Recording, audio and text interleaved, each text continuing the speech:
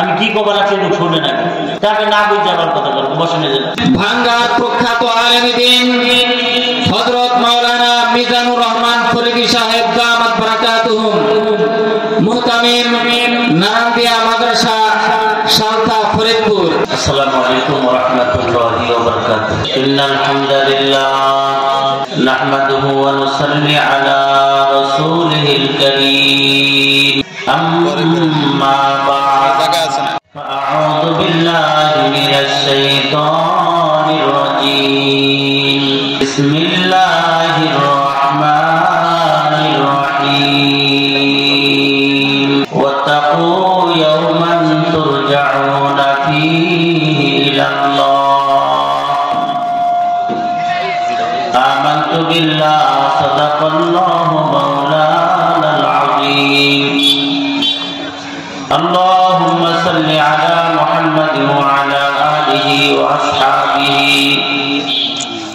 بعدد كل معلوم لك سبحانك لا علم لنا إلا ما علمتنا إنك أنت العليم الحكيم سبحان الله وبحمده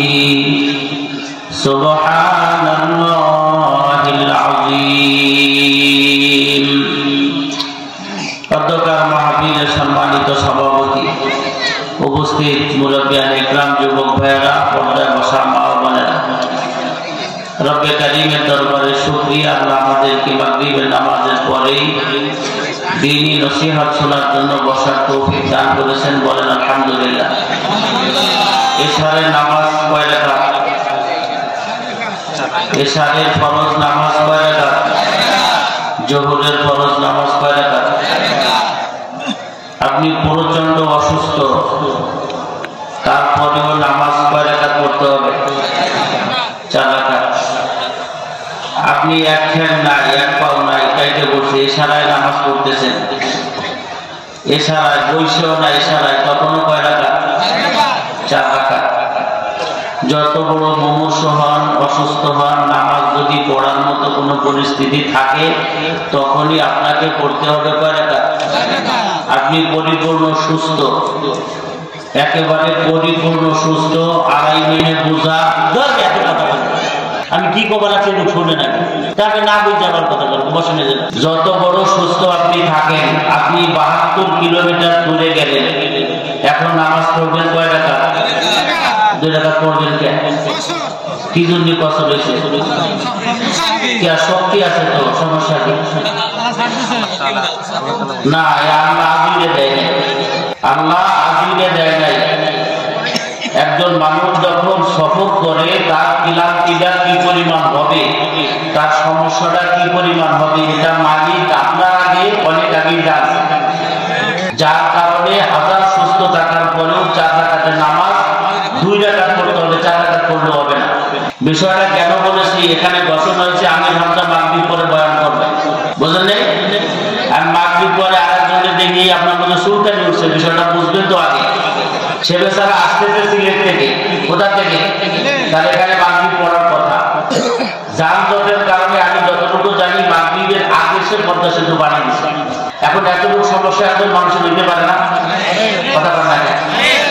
এই লিখে আপনারা বোঝেন না কেন? আল্লাহ যদি ছাড় দিয়ে থাকে, আপনারা আধা ঘন্টা ছাড় দিলে অসুবিধাটা কোথায়? তার আগে যারা কথা কবে তারা কি মানুষ না? তারা কি ছাগলের 4 নম্বর বাচ্চা নাকি? দিনের নসিহত আপনি যার জবান দিয়ে শুনবেন, যদি আপনার ভিতরে তলব থাকে ওর দ্বারাই উপকার হবে। হয়তো কারোর প্রতি কারো ভক্তি, শ্রদ্ধা, ভালোবাসাটা বেশি থাকে, এটা না জানেন না, এটা ভালো আলেমের প্রতি ভক্তি, শ্রদ্ধা। তো আমি মাগরিবের নামাজ যখন পড়তে যাই তখন শুনছি ফোনে কথা হচ্ছে ওলিবার সাথে যে হুজুর পদ্মা সেতু পার হইয়া এবার আসছে। এই পাশেও যে আমরা আন্দাজ করি পদ্মা সেতু পাড়ি দিলে এই পর্যন্ত আসতে লাগবে 20 মিনিট। কয় মিনিট? 20 মিনিট। কথা বলেন না? 20 মিনিটই লাগবে, কিন্তু বাংলা গোল চত্বরে যদি 20 মিনিট খাইলে আপনি কি করবেন? গাড়ি একটা আউট হয়েছি তৈরি হয়েছে, বাট আগে গাড়ি করবেন, গাড়ি নিয়ে আসবে।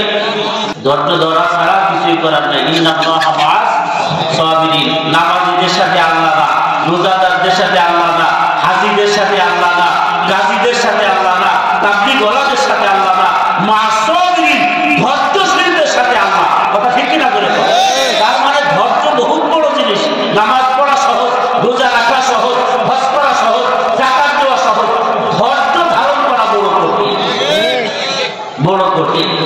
ইনশাআল্লাহ আমরা দোয়া করি হুজুর অল্প সময়ের ভিতরে যেন আমাদের ভিতরে চলে আসে, এবং উনি আসলে আমি চলে যাব, এর মাঝখানে আর কাউকে দিবে না।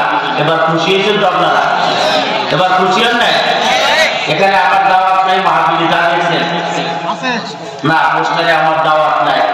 তারপরে ওই ইমার্জেন্সি অবস্থায় জানেন যে এই ফ্যামিলিটা হলো আমার আত্মীয়র ফ্যামিলি, এই সেলিম ভাইদের যে ফ্যামিলি, ওলি ভাইদের ফ্যামিলি আমার আত্মীয়র ফ্যামিলি। রহমানিয়া মাদ্রাসায় এই বছর দিয়া আমি 18 বছর মাহফিলে এসে একটা না, যা বাংলাদেশের কোনো বক্তা কোনো জায়গায় এতদিনে একটা না মাহফিলে আসে না। এখন নিয়ম হলো পরিবেশন দেওয়া, আমি মাহফিলে না আসলেও প্রত্যেক মাহফিলে আমার 20,000 টাকা পাঠাইতে হবে, এটা নিয়ম না ভাই? চাকরি করলে তার পরিবেশন দিতে হয় না? তাহলে আমি যদি একটা 18 বছর আসছি, আমার এই বিয়ে হয়ে গেছে, এখন কাজে উচিত হলো দিয়ে দেওয়া, কিন্তু এই বিপদগ্রস্ত অবস্থায় কে আসবে? আমি চলে আসছি। আপনাদের ক্ষতি করছি না উপকার করছি? এখন গজল গাইলে ভালো লাগতো, হ্যাঁ, না কোরআনের কথা শুনলে ভালো লাগতো? আল্লাহ আমাদেরকে বোঝার তৌফিক দান করুন, সকলে বলেন আমিন। মুহতারাম হাজিরিন, আমার সব জেনেওয়ালা মালিক কি? আওয়াজে বলেন কি? আল্লাহ। আমার সব কিছু জেনেওয়ালা মালিক আল্লাহ।